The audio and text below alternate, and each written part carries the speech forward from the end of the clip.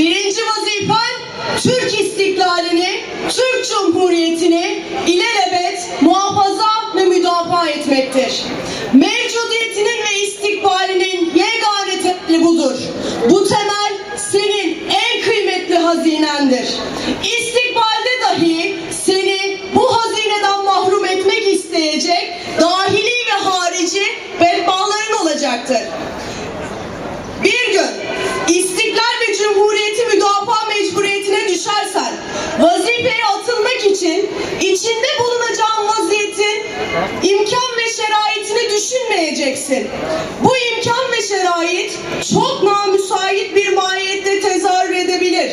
İstiklal ve cumhuriyetine kastedecek düşmanlar, bütün dünyada emsali görülmemiş bir galibiyetin mümessili olabilirler. Cebren ve hile ile aziz vatanın bütün kaleleri zapt edilmiş, bütün tersanelerine girilmiş, bütün orduları dağıtılmış ve memleketin her bir köşesi bir fiil işgal edilmiş olabilir. Bütün bu şeraitten daha elim ve daha vahim olmak üzere memleketin dahilinde iktidara sahip olanlar gaflet, dalalet ve hatta hıyanet içinde bulunabilirler.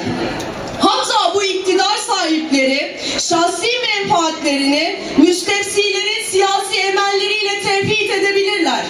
Millet fakr-ı zaruret içerisinde harap ve bitap düşmüş olabilir.